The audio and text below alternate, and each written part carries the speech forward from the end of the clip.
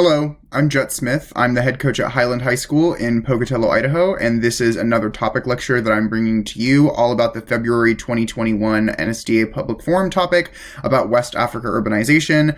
If you've already watched this video in the past, you might know that it had a problem where it was only showing the first 5 minutes because the file was corrupted and I had no clue, so I sincerely apologize for that, and I hope that this one goes much better technologically speaking.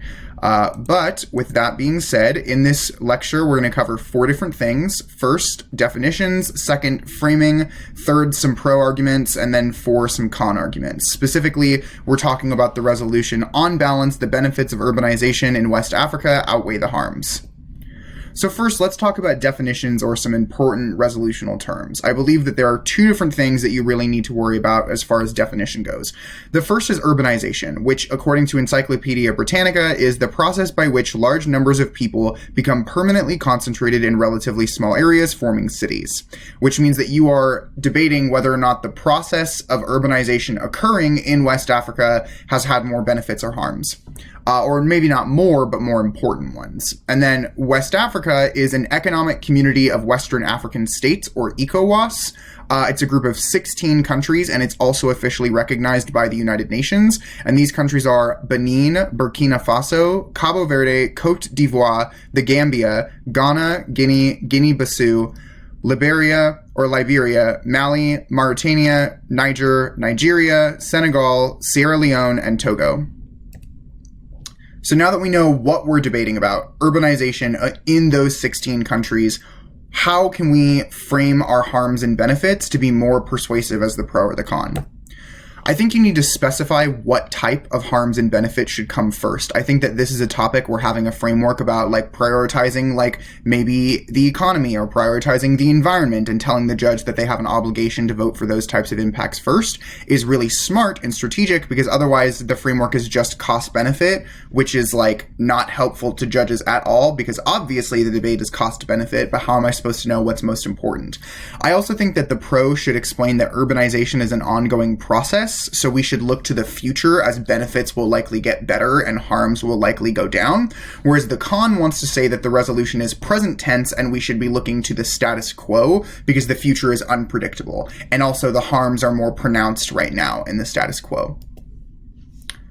So now let's talk about pro arguments, specifically what are the benefits of urbanization in West Africa. And I believe that there are 5 of them.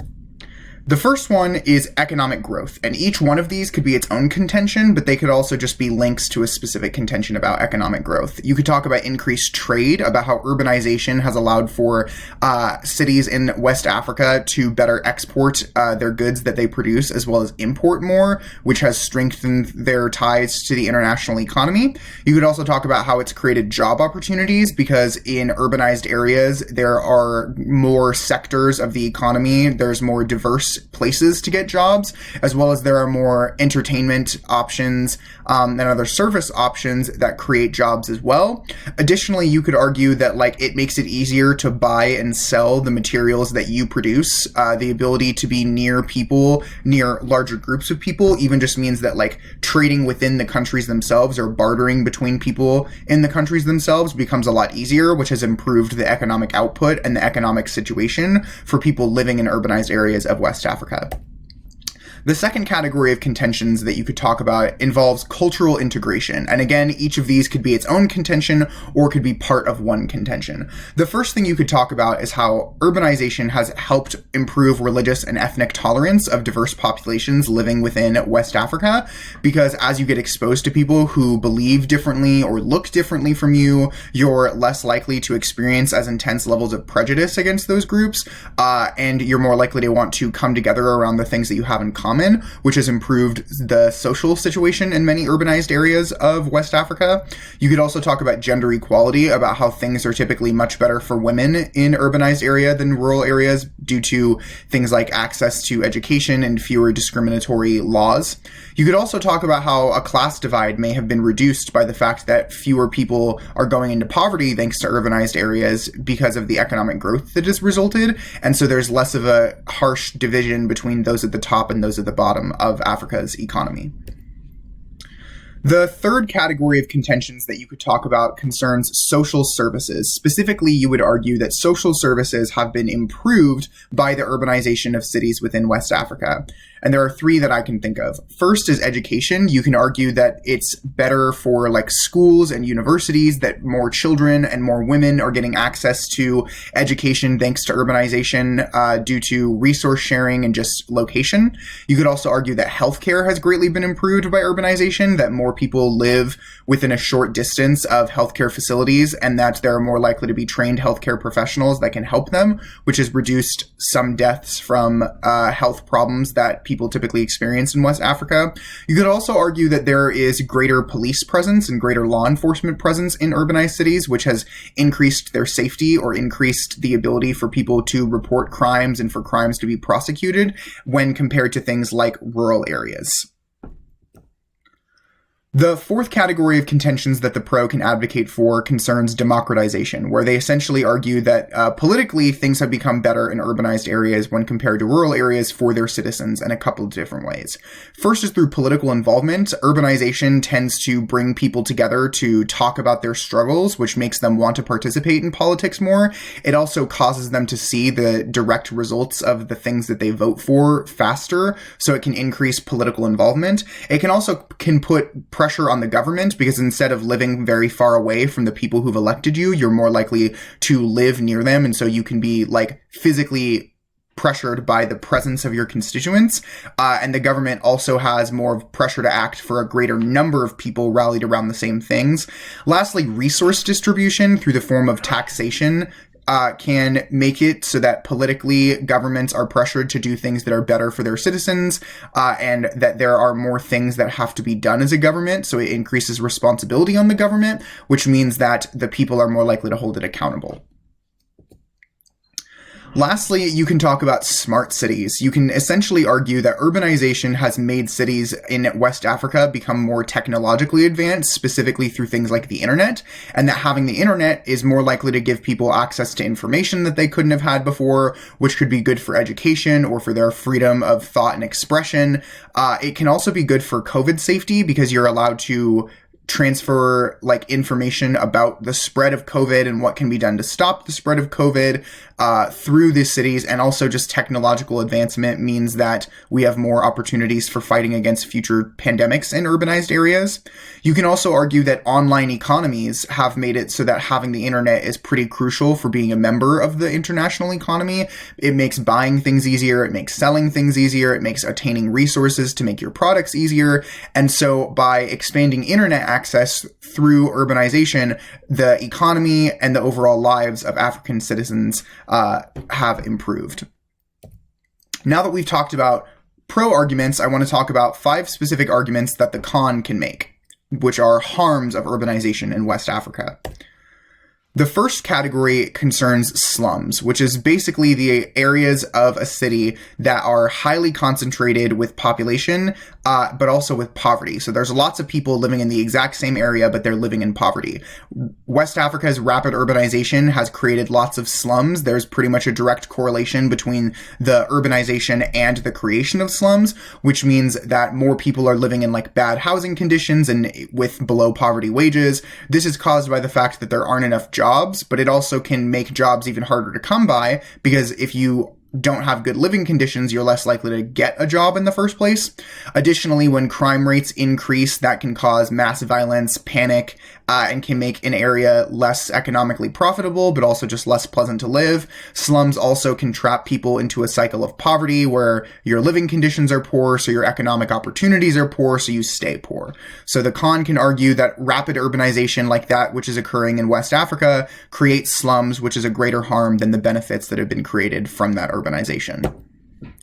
The second category involves governmental oppression, and I believe that the first argument that the con can make can also answer the first argument that the pro makes. So slums answers the point about economic growth, and I think oppression answers the arguments about opportunity, right? That the urbanization might be able to bring people. So you could argue that oppression through government surveillance occurs with urbanization. The government has greater access to spying on its citizens and invading their privacy, which can allow for it to do less justifiable things. You could also argue that urbanization results in the cultural erasure of West Africa, that urbanization often brings with it, like, colonization issues as well as like whitewashing, and so urbanization might be used as a way to decrease the cultural diversity of Africa. And also there might be oppression through things like corruption because of the fact that the government is getting more resources from urbanization and that it has more power because of urbanization. It also allows for it to be corrupt and to use its power and influence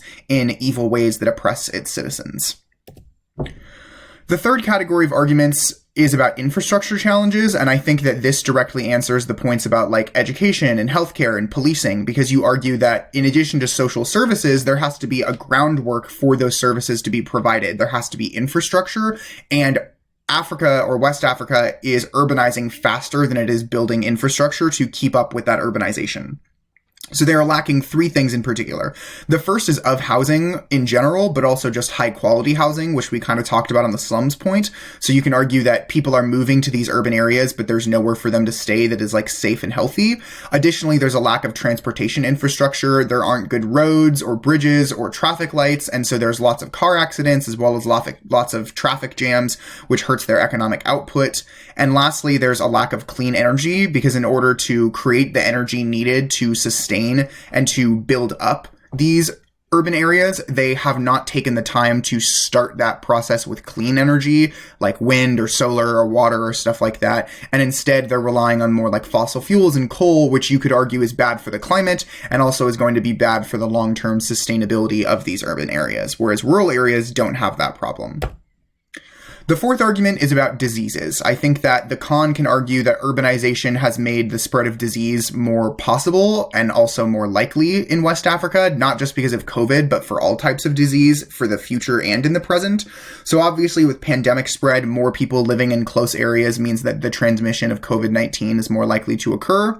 But also urbanization has brought with it increased animal product consumption, because as people have more money to spend on food, they might spend it on animal products versus like vegetables, and animal products in Africa might not be as strongly regulated in the 16 countries that we're talking about, or it might not be as sanitary, which means that disease spread is occurring more frequently because of the meat consumption. And lastly, like we talked about in the infrastructure slide, there just isn't a huge sanitation force or a huge strong governmental agency present in all 16 countries that is making sure that these urban areas stay clean after being constructed, and that means that disease is more likely to spread from among them.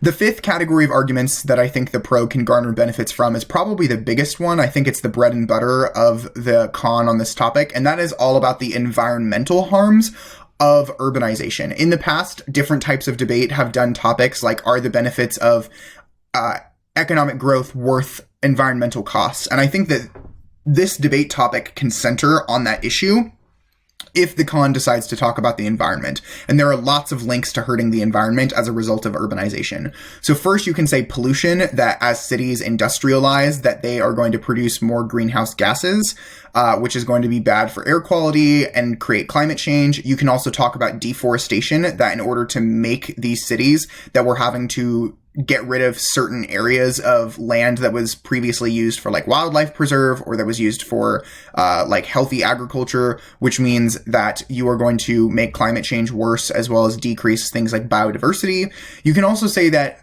urban areas, because they need more resources and expect more resources now, it requires more farming in bigger areas, and especially animal farming, which is the number one cause in the world of climate change, the animal agriculture industry, and urbanization has expanded that industry's influence in West Africa.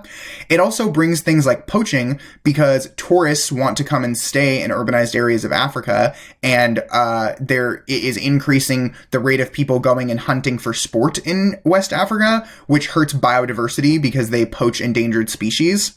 And lastly is that urbanization can not only cause natural disasters, but can also make natural disasters worse. Because the region of West Africa is so dry, it's inherently prone to things like wildfires. And when you urbanize, everyone is living in the same area, which means that those wildfires can have like even more of a disaster. But it can also, when there's like water shortages or water crises or food shortages or food crises, it can make things worse for those living in the urban areas as well as those living in the rural areas. So that is pretty much what I have for this video. Again, I apologize for the technological inconvenience. This was really just meant to be a starting off point for seeing what the main arguments on the pro and on the con are. And even if you're not interested in reading the arguments that I talked about of the pro or the con, hopefully now you have a list of arguments that you need to be prepared for, that you need to be ready to answer. With that being said, I wish you the best of luck in the month of February debating, and I will see you in the next video.